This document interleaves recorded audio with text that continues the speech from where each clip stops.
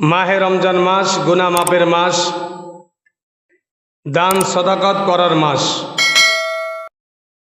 জিকির আজগার তাসবিহ তাহলিল কোরআন তেলাওয়াত করার মাস,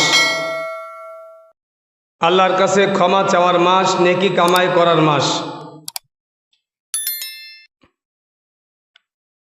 আল্লাহ রসুল সাল্লাল্লাহু আলাইহি ওয়াসাল্লাম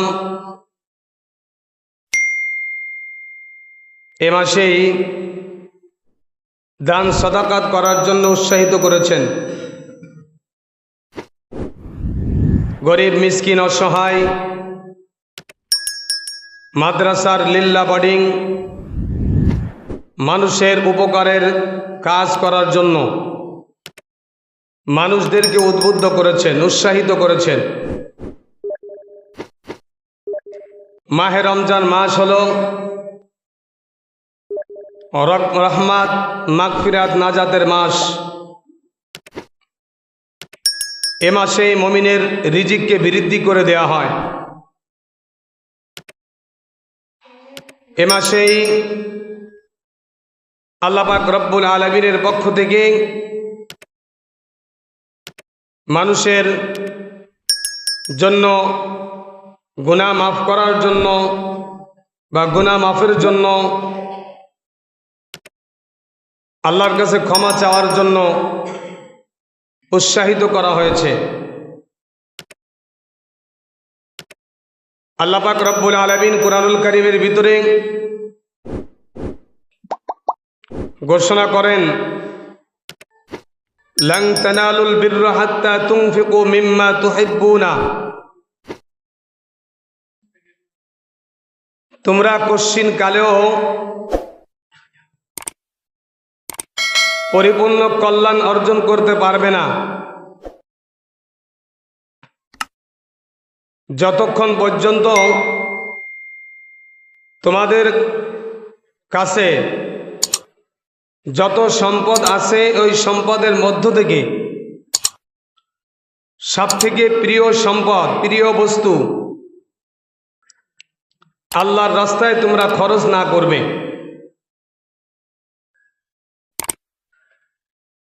যতক্ষণ পর্যন্ত তোমাদের প্রিয় বস্তু হতে আল্লাহর রাস্তায় খরচ না করবে, তোমাদের পছন্দনীয় মাল হতে আল্লাহর রাস্তায় খরচ না করবে, ততদিন পর্যন্ত তোমরা কল্যাণ অর্জন করতে পারবে না। অতএব আমাদের সবথেকে প্রিয় বস্তু, আমার সম্পদের মধ্য থেকে সবথেকে প্রিয় যেই সম্পদটা আমার কাছে, ওইটাকেই আল্লাহ পাক রব্বুল আলামিনের রাহে খরচ করার কথা আল্লাহ পাক রব্বুল আলামিন বলেন। ওমা তুনফিকু মিন শাইইন। এরপর আল্লাহ তাআলা বলতেছেন,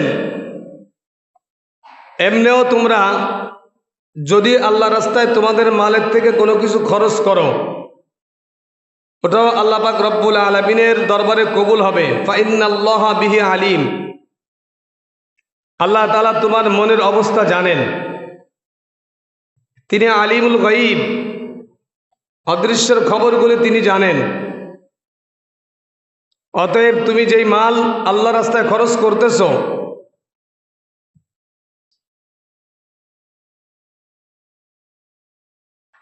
এই টিস্যুটা ছিঁড়ে কি ফেলানি উচিত? তোর এই টিস্যুতে ছিঁড়ে ফেলাইলি?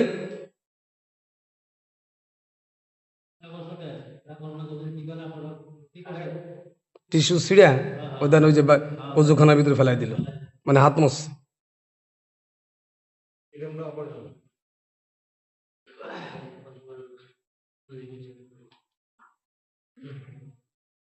আল্লাহু আকবার। আল্লাহ পাক রব্বুল আলামিন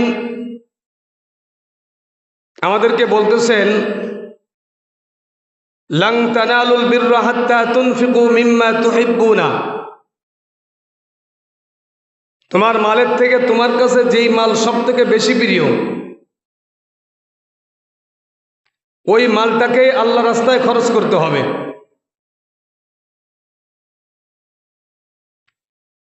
অথচ আমাদের কি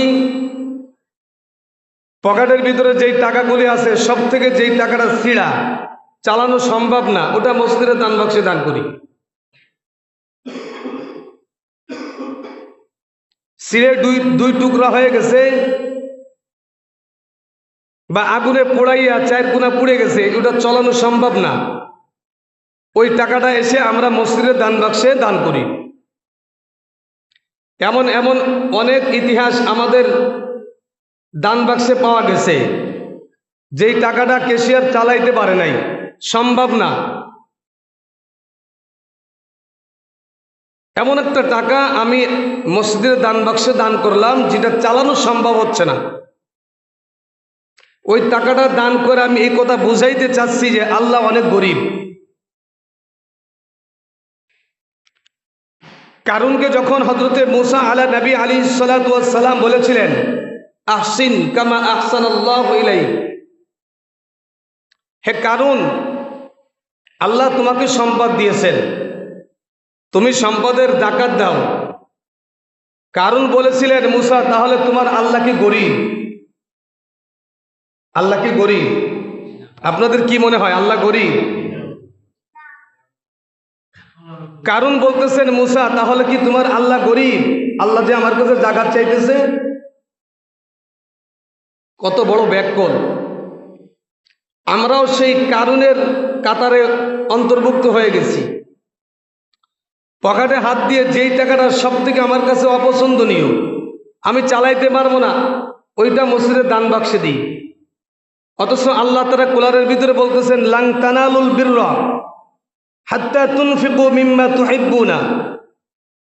তোমার সম্পদের ভিতরে, তোমার মালের ভিতরে যেই মালটা, যেই সম্পদটা, যেই টাকাটা, যেই পয়সাটা তোমার কাছে বেশি প্রিয়, ওই টাকাটা আল্লাহর রাস্তায় খরচ করো। কার কথা? আল্লাহর কথা। আল্লাহ বলতেছেন, লান তানালুল বিররা হাত্তা তুনফিকু মিম্মা তুহিব্বুনা। কোশ্চিন কালেও তোমরা কল্যাণ অর্জন করতে পারবে না যতক্ষণ পর্যন্ত তোমাদের কাছে তোমাদের প্রিয় বস্তু আল্লাহর রাস্তায় খরচ না করবে। আর আমাদের স্বভাবটা কি? যেটা কাজে লাগাইতে পারবো না, যেটা অচল, ওটা মসজিদের বাক্সে ফেলে দাও। আমি বুঝাইতে চাই যে আল্লাহ গরিব, এই জন্য আল্লাহকে আমি এই সিলা টাকা দান করলাম। কপাল পোড়া আমরা মুসলমান। আল্লাহ গরিব না, আল্লাহই আমাদেরকে দিয়েছেন মাল। আল্লাহ বলতেছেন, ইয়া আইয়ুহাল্লাযীনা আমানু আনফিকু মিম্মা তুহিব্বুনা। হে ঈমানদারগণ, আমার দেওয়া রিজিক থেকে তোমরা আমার রাস্তায় খরচ করো।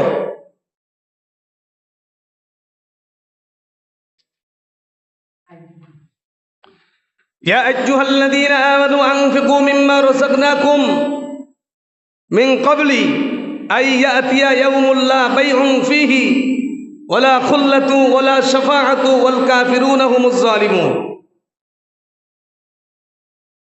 আল্লাহ তাআলা বলেন, হে ঈমানদারেরা, আমার দেওয়া রিজিক থেকে তোমরা আল্লাহর রাস্তায় খরচ করো তোমাদের মৃত্যু আসা আগ পর্যন্ত।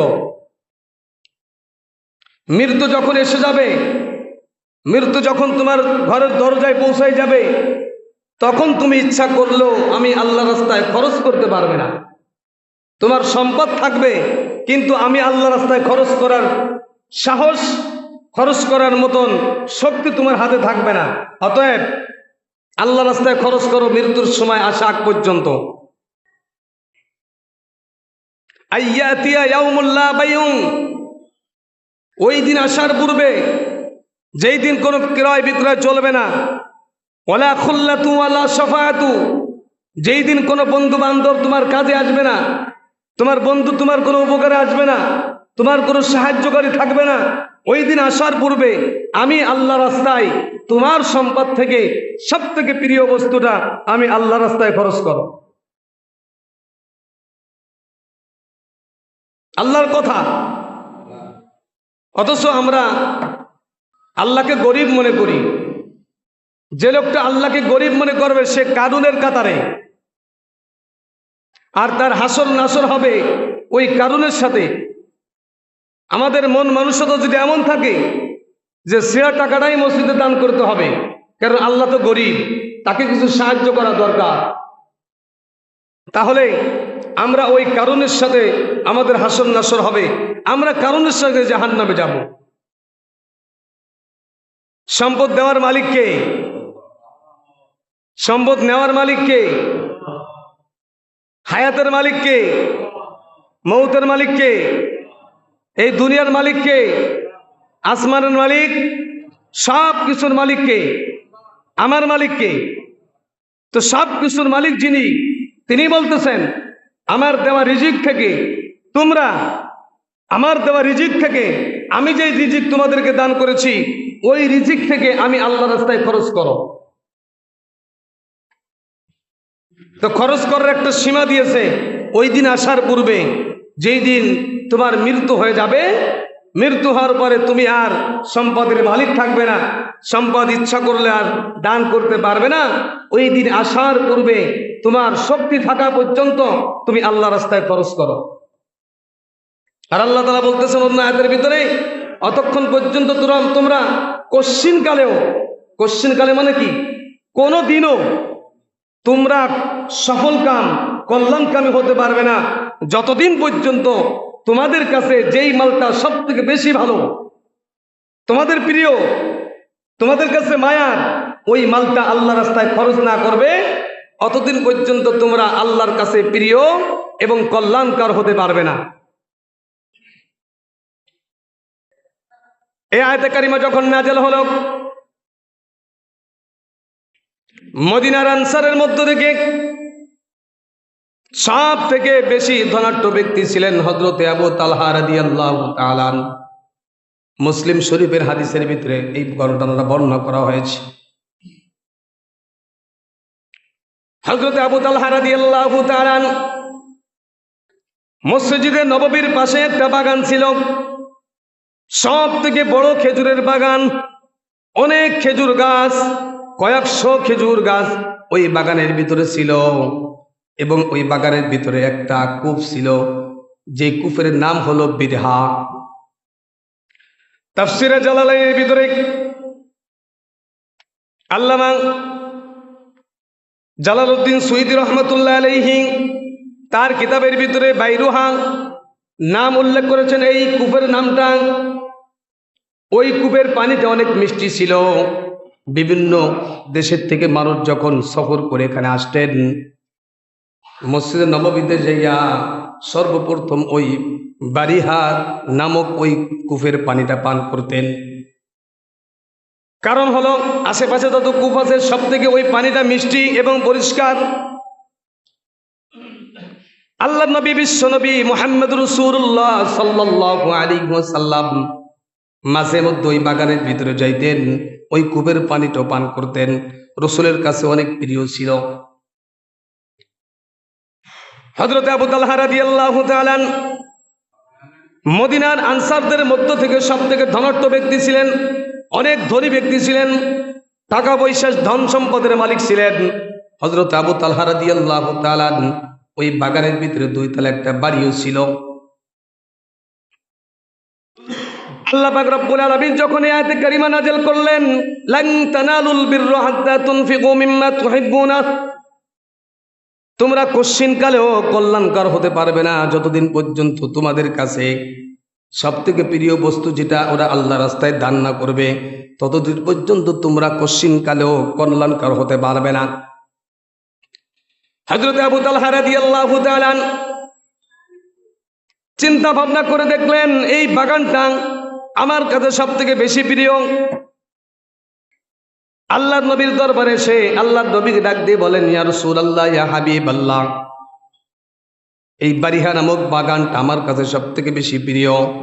মসজিদের নববীর পাশে সব থেকে বেশি প্রিয় এই বাগানটা, কারণ এই বাগানের ভিতরে বেশি খেজুর গাছ আছে, আর এই খেজুরে বেশি খেজুর ধরে, ফসল বেশি ফলে। এই জন্য এই বাগানটা আমার কাছে অনেক প্রিয়। আর একটা প্রিয় বস্তু হওয়ার কারণ হলো এই বাগানের ভিতরে আমার একটা বাড়ি আছে। হযরত আবু তালহা রাদিয়াল্লাহু তাআলা আল্লাহর নবীকে ডাক দিয়ে বলেন, ইয়া রাসূলুল্লাহ, ইয়া হাবিবাল্লাহ, আমি এই বাগানটা আল্লাহর রাস্তায় দান করতে চাই। আপনি অনুমতি দিলেন, এই বাগানটা আপনি আল্লাহর রাস্তায় খরচ করতে পারেন। সব থেকে প্রিয় বস্তু, সব থেকে পছন্দনীয় বাগান, সব থেকে দামি একটা সম্পদ, এর থেকে দামি সম্পদ আর নাই।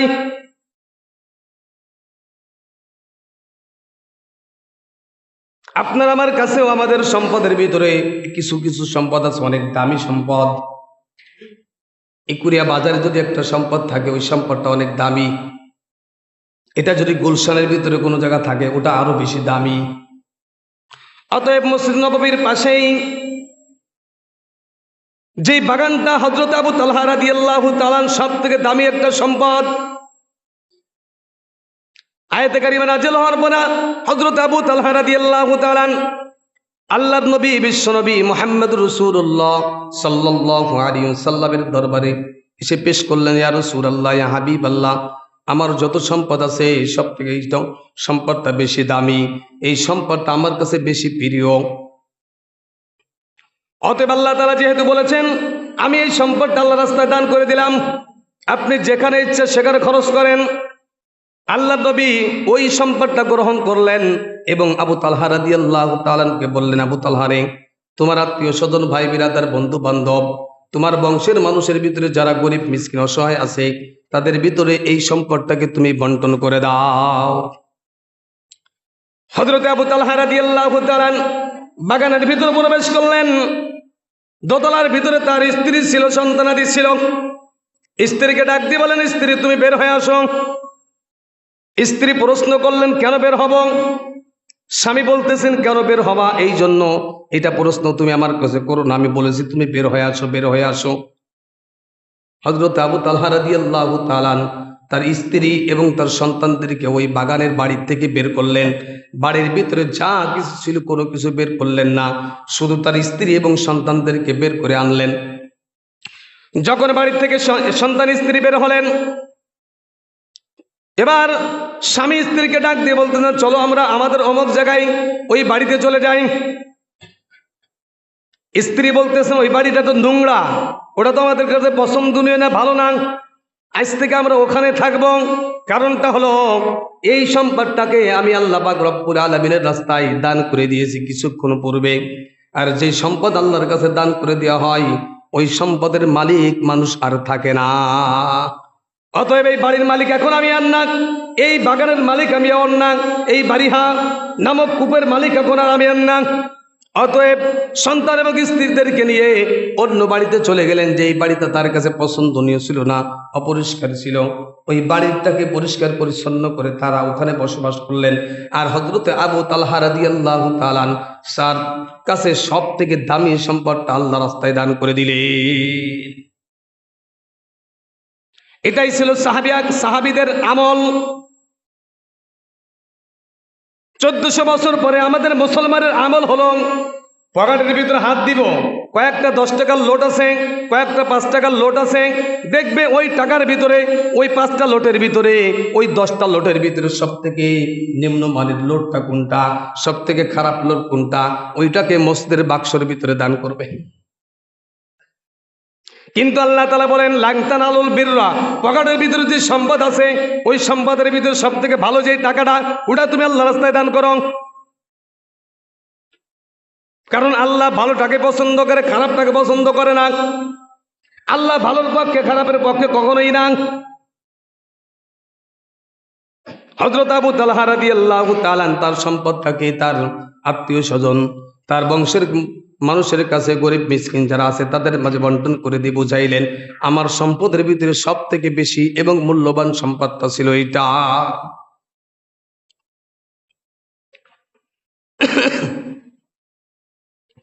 হযরত যায়েদ ইবনে হারেস রাদিয়াল্লাহু তাআলা তার যত সম্পদ ছিল, সম্পদের ভিতরে একটা ঘোড়া তার কাছে সব থেকে বেশি প্রিয়। আল্লাহ নবী বিশ্ব নবী মুহাম্মদুর রাসূলুল্লাহ সাল্লাল্লাহু আলাইহি ওয়াসাল্লামের দরবারে এসে হযরতে যায়েদ ইবনে হারেস রাদিয়াল্লাহু তাআলা বলে, ইয়া রাসূলুল্লাহ, ইয়া হাবিবাল্লাহ, আমার সম্পদের ভিতরে সব থেকে এই ঘোড়াটা আমার কাছে বেশি প্রিয়। আমি এই ঘোড়াটাকে আল্লাহর রাস্তায় দান করে দিলাম। আল্লাহর নবীটাকে গ্রহণ করে নিলেন। গ্রহণ করার পরে হযরত যায়েদ ইবনে হারেস রাদিয়াল্লাহু তাআলার সন্তান হযরত উসমান রাদিয়াল্লাহু তাআলা তার কাছে এই ঘোড়াটাকে দান করে দিলেন। যখন তিনি হযরত উসমান রাদিয়াল্লাহু তাআলা সম্পদটা দিয়ে যখন বাড়িতে গেলেন, বাবা যে দেখে সন্তান আমার দান করা মালটাকে বাড়িতে আবার ফিরিয়ে আনছে। মনে মনে একটু রাগান্বিত হলেন। সন্তানকে ডাক দিয়ে বলে, কি ব্যাপার, আমি তোমার সম্পদটাকে আল্লাহর রাস্তায় দান করে দিয়েছি, তুমি আবার কেন বাড়িতে ফিরে আনছো? হযরত উসমান রাদিয়াল্লাহু তাআলা ডাক দিয়ে বলেন, আব্বাজান, আমাকে মুহাম্মদুর রাসূলুল্লাহ সাল্লাল্লাহু আলাইহি ওয়াসাল্লাম এই ঘোড়াটাকে দান করেছেন। তিনি মনে মনে একটু কষ্ট পাইলেন যে আমার দান করা বস্তু আবার আমার বাড়ি ফিরে আসছে। আল্লাহর নবীর দরবারে চলে গেলেন। ইয়া রাসূলুল্লাহ, ইয়া হাবিবাল্লাহ, আমি তো আল্লাহর রাস্তায় দান করে দিয়েছি, এটা আমার বাড়ি আবার ফেরত দিলেন কেন? এটা আমার কাছে পছন্দ হলো না। আল্লাহর নবী হযরতে যায়েদ ইবনে হারেস রাদিয়াল্লাহু তাআলাকে ডাক দিয়ে বলেন, যায়েদ রে, শোনো, তুমি যখন আল্লাহর রাস্তায় দান করেছো, তোমার দানটাকে আল্লাহ পাক রব্বুল আলামিন কবুল করে নিয়েছে। তোমার সম্পদ আল্লাহর দরবারে কবুল হয়ে গেছে, এতে কোনো সন্দেহ নাই।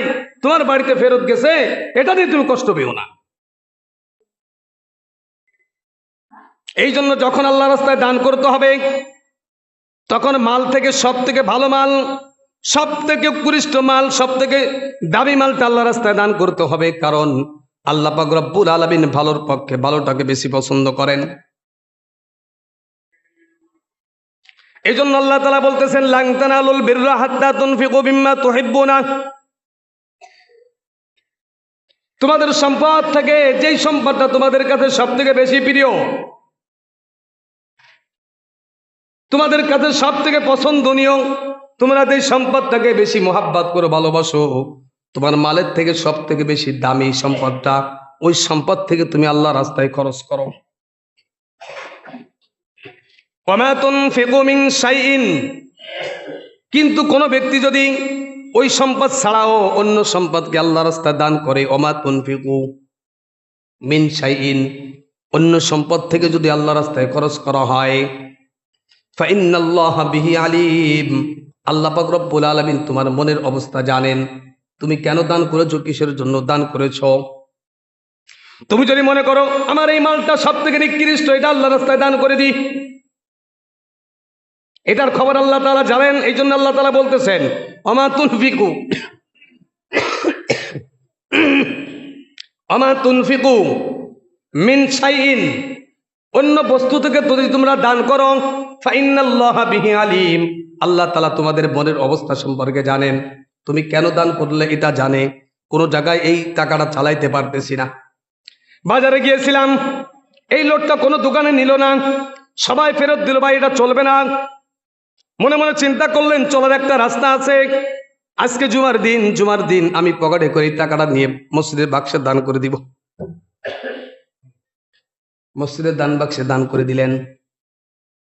আপনি মনে করতেছেন আমি মসজিদকে ঠকাইলাম, না, মসজিদ ঠকে নাই, আপনি নিজেই ঠকে গেলেন।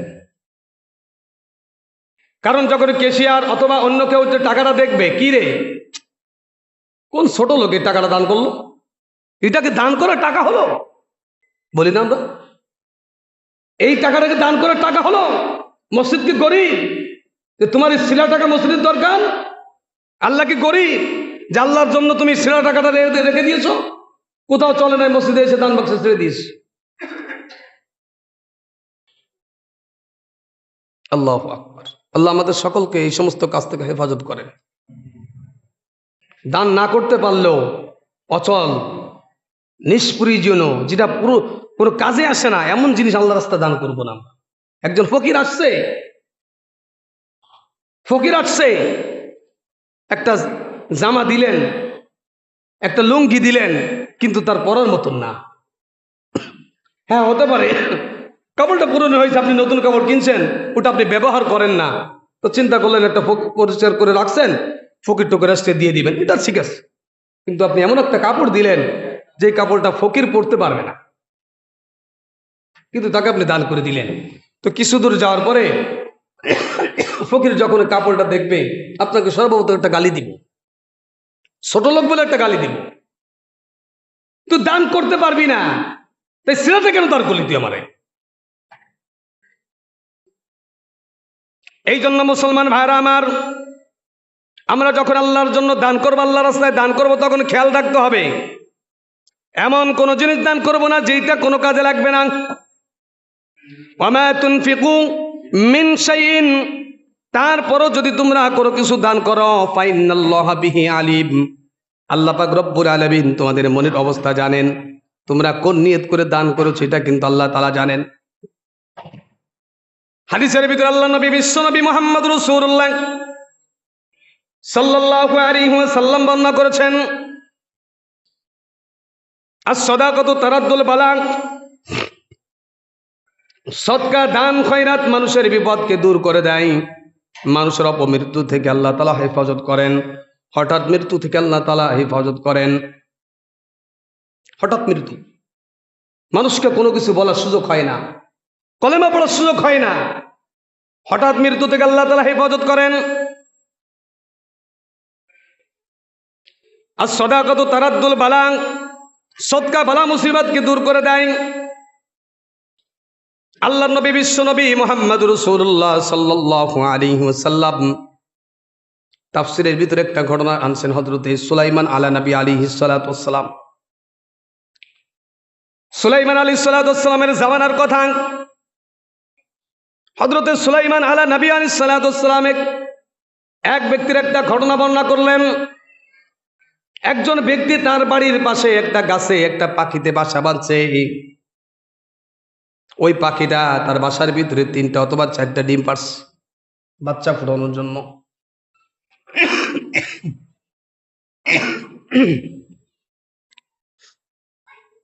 সকালবেলা ওই লোকটা পাখির বাসায় উঠে পাখির ডিমগুলো নিয়ে আসছে, পাখির ডিমটা খেয়ে ফেলছে।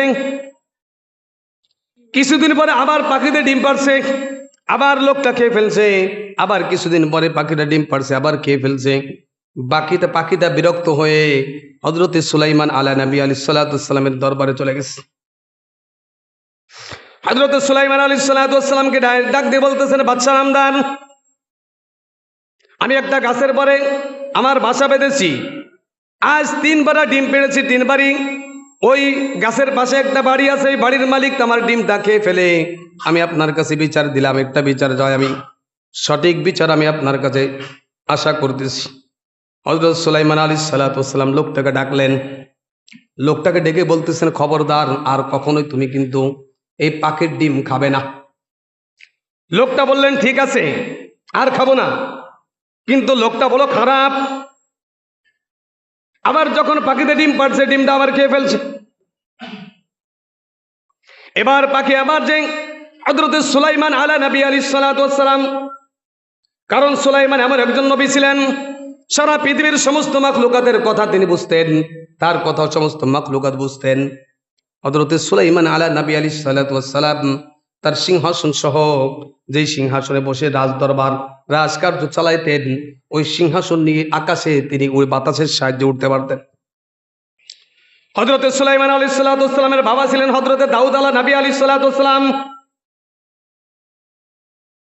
হযরত দাউদ আলাইহিস সালাতু ওয়াস সালামের একটা মুজিজা ছিল, যত বড় শক্ত জিনিস হত, লোহা হাতের ভিতরে নিলে মোম যেরকম ভাবে আগুন জ্বলাইলে গলে যাইত, লোহা হাতের ভিতরে ধরার সাথে সাথে ওই রকম লোহা গলে একদম মোমের মতন হয়ে যাইত। এই নবীর ছেলে হযরত সুলাইমান আলাইহিস সালাতু ওয়াস সালাম, পৃথিবীর ভিতরে 4জন ব্যক্তি ছিল পুরো পৃথিবীর বাদশা। তার ভিতরে 2জন ছিল মুসলমান আর 2জন ছিল কাফের। মুসলমানের মধ্য থেকে একজন হলে হযরত সুলাইমান আলা নবী আলাইহিস সালাতু ওয়াস সালাম। সুলাইমানের কথা জিন ইনসান সবাই তার কথা শুনতো, বিশেষ করে তার ক্ষমতা ছিল জিনদের নিয়ে। জিনদেরকে কোনো একটা আদেশ করলে যদি কোনো আদেশ কোনো জিন না মানত, তাহলে তাকে ধরে কোনো একটা বোতলের ভিতরে ভরে ওই জিনটাকে সমুদ্রের ভিতরে নিক্ষেপ করে দিত।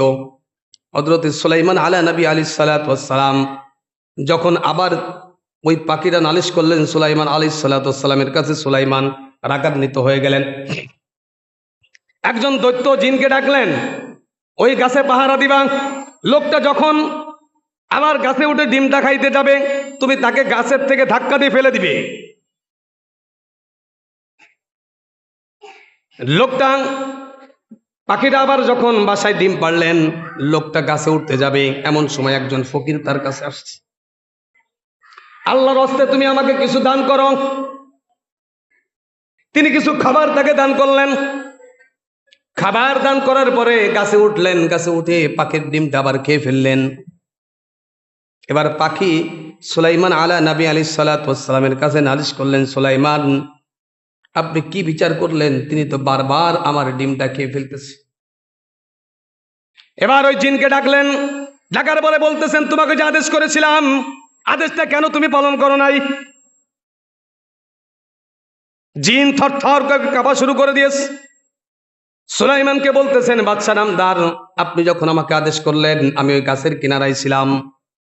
লোকটা যখন গাছে উঠতেছিলেন, আমি তাকে ধাক্কা দিয়ে ফেলে দিব, এমন সময় দুইজন ফেরেশতা এসে আমাকে চড় মেরে অনেক দূরেই ফেলে দিলেন।